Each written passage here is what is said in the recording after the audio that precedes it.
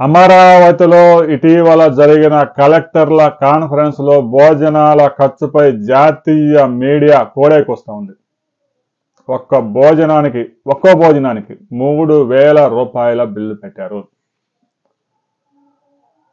5 star hotel నుంచి భోజనాలు తప్పించి కలెక్టర్లకు పెట్టారు. ఒక భోజనానికి 3,000 ఖర్చు పెట్టారు అంటే రాష్ట్ర ప్రభుత్వం 11 లక్షల కోట్ల అప్పుల్లో కూరుకుపోయినా ఇంకా జాగ్రత్త పడడం లేదు అంటూ హిందుస్థాన్ టైమ్స్ లో రాసిన కథనం ఇప్పుడు వైరల్ అయింది. మంచి భోజనం విజయవాడ, గుంటూరు నుంచి ఎక్కడి నుంచి క్యాటరింగ్ ఇచ్చినా కూడా మ్యాక్సిమం 350 రూపాయలు. నెంబర్ 1 బ్రాండెడ్ కాకినాడ సుబ్బయ్య లాంటి హోటల్ నుంచి 4 స్వీట్లతో 36 కూరలతో 350. అయితే కలెక్టర్ల కాన్ఫరెన్స్ లో భోజనాలు వడ్డించే కార్యక్రమం విజయవాడలోని స్టార్ హోటల్కి అప్పచెప్పారట. ఇక స్టార్ హోటల్లో రేట్లు మనం చెప్పాల్సిన అవసరం ఏముంది?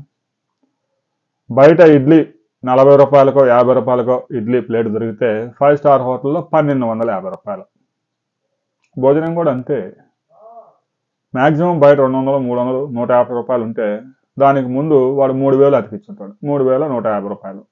స్టార్ హోటల్ అంటే అంతే కదా. ఇక దొరికిపోయారు. 2 రోజుల పాటు జరిగిన ఈ కాన్ఫరెన్స్ మొత్తానికి భోజనాల ఖర్చు, టిఫిన్ల ఖర్చులు, క్యాటరింగ్ మొత్తం కలిపి బాగానే వేశారు.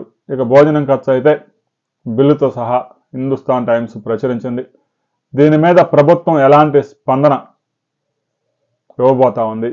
అసలు ఎవరు స్పందిస్తారు? ఈ అరాచకం చేసింది ఎవరు? ముఖ్యమంత్రికి తెలిసే జరిగిందా, తెలియకుండా జరిగిందా?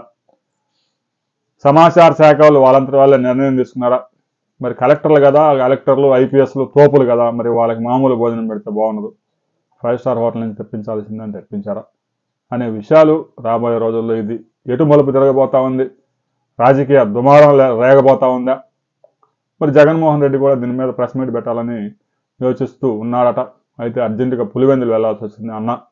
పులివెందుల నుంచి వచ్చిన తర్వాత ఇక వెంటనే ఈ అరాచకం మీద రంగంలోకి దిగే అవకాశం ఉంది. రాబోయే కొద్ది గంటలు ఈ వ్యవహారం ఎటు తిరగబోతా ఉంది అనే వివరాలతో మరో వీడియోలు తెలుసుకున్న వీడియో నచ్చితే లైక్ చేయండి, షేర్ చేయండి, సబ్స్క్రైబ్ చేసుకోండి.